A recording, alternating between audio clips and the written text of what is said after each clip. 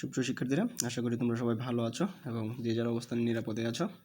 আমি তোমাদের গুণগত রসায়নের বোর পরমাণু মডেল নিয়ে গত ক্লাসে আলোচনা করেছিলাম। আজকে বোর পরমাণু মডেল ভিত্তিক একটা সমস্যা দেখার চেষ্টা করব, সমাধান করব আমরা।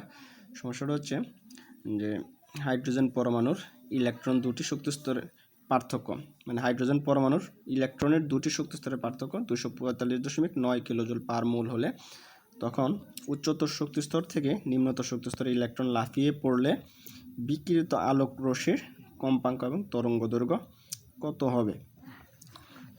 আমরা একটু বুঝে নিই বিষয়টা। সমস্যাটা হচ্ছে যে এই যে শক্তি স্তর আছে, এই যে একটা শক্তি স্তর, এই যে আমরা একটা দুটো শক্তি স্তর বললাম, তো ইলেকট্রন লাইট শোষণ করে এখানে গিয়েছে।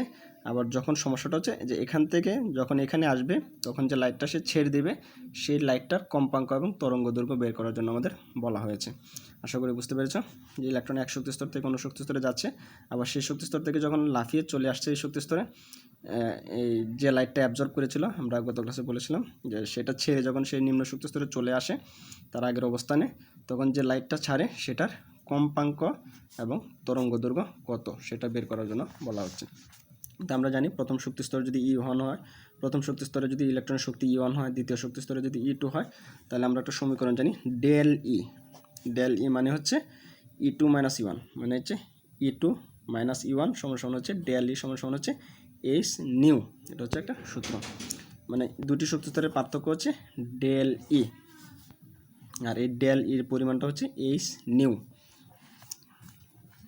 আচ্ছা, তারপরে আমরা দেখি যে সমাধানটা কি। তাহলে ডেল ই সমান এইচ নিউ, আবার এইচ সমান কি C, H into C by lambda. আমরা সেটা জানি কি সি সমান নিউ ল্যামডা, অথবা ভি সমান এফ ল্যামডা। আমরা যে সূত্রটা পড়েছি ঠিক সেই সূত্র, সি সমান নিউ ল্যামডা। তো আমরা সমাধান করার চেষ্টা করবো। আর এখানে দেওয়া আছে কি ডেল ই দেওয়া আছে, মানে হচ্ছে দুইটা শক্তি স্তরের পার্থক্য, এই শক্তি স্তরে দুইটা শক্তি স্তরের পার্থক্য দেওয়া আছে। ডেল ই কত 245.9 কিলোজুল পার মোল। আবার আমরা জানি এইচ, আমাদের ডেল ই আছে, আমাদের বের করতে হবে কি নিউ বের করতে হবে, আবার কি তরঙ্গ দৈর্ঘ্য বের করতে হবে। তাহলে আমাদের এইচ মান জানি প্ল্যাঙ্কের ধ্রুবক, এই সমান কি 6.626 ইন্টু 10⁻34 জেএস জুল সেকেন্ড। তো এটা যদি আমরা পার মোলে নিতে যাই তাহলে হচ্ছে কি 6.023 ইন্টু 10⁻23 পার মোল দ্বারা গুণ করে দিলে মানটা হয় 3.99 ইন্টু 10⁻13 কিলোজুল পার মোল, কিলোজুল সেকেন্ড পার মোল। যেহেতু এই মানটা মূলে দেওয়া আছে এই জন্য আমরা মূল নিয়ে আসলাম। তো আমরা সূত্রটা যদি সমাধান দেখি, আশা করি তোমরা বুঝতে পেরেছো। তাহলে আমাদের বের করতে হবে যে নিউয়ের মানটা বের করতে হবে। তাহলে এই ইকুয়েশন থেকে আমাদের নিউটা কত হয়, নিউ সমান আমরা কি লিখতে পারি ডেল ই সমান বাই হচ্ছে কি এইচ। তাহলে আমরা ডেল ইটা কত দেওয়া আছে 245.9 কিলোজুল পার মোল, আর এইচটা কত আমরা বের করেছি 3.99 ইন্টু 10⁻13 কিলোজুল সেকেন্ড পার মোল। তাহলে এটা ভাগ করলে দাঁড়াচ্ছে, আমরা ফল পাচ্ছি 6.1629 টু 10⁻14 পার সেকেন্ড।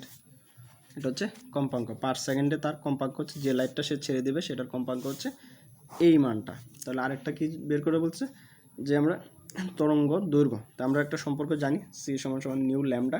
তো এই সম্পর্কটা থেকে আমরা যদি ল্যামডা বের করতে চাই তাহলে ল্যামডা সমান সি বাই নিউ।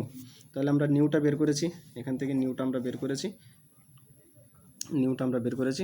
নিউ এখান থেকে নিউটা বের করেছি। তাহলে আমরা কি বের করতে হবে ল্যামডা। তো সি আমরা জানি, সিটা কি আলোর বেগ কত 3 ইন্টু 10⁸ মিটার পার সেকেন্ড আমরা জানি। তাহলে এটা যদি আমরা ন্যানোমিটার নিতে চাই তাহলে 10⁹ ন্যানোমিটার পার সেকেন্ড, মানে হচ্ছে 3 ইন্টু 10⁸ মিটার পার সেকেন্ড জানি। আমরা জানি 1 মিটার সমান 10⁹ ন্যানোমিটার। তাহলে আমরা এটা ন্যানোমিটার, যেহেতু তরঙ্গ দৈর্ঘ্যটা আমরা সাধারণত কি ন্যানোমিটারে বের করে থাকি, সেই জন্য আমরা ন্যানোমিটারে নিয়ে নিলাম। তারপরে ল্যামডা সমান কি আমরা জানি, নিউ সমান আমরা বের করেছি 6.1629 ইন্টু 10⁻14 পার সেকেন্ড।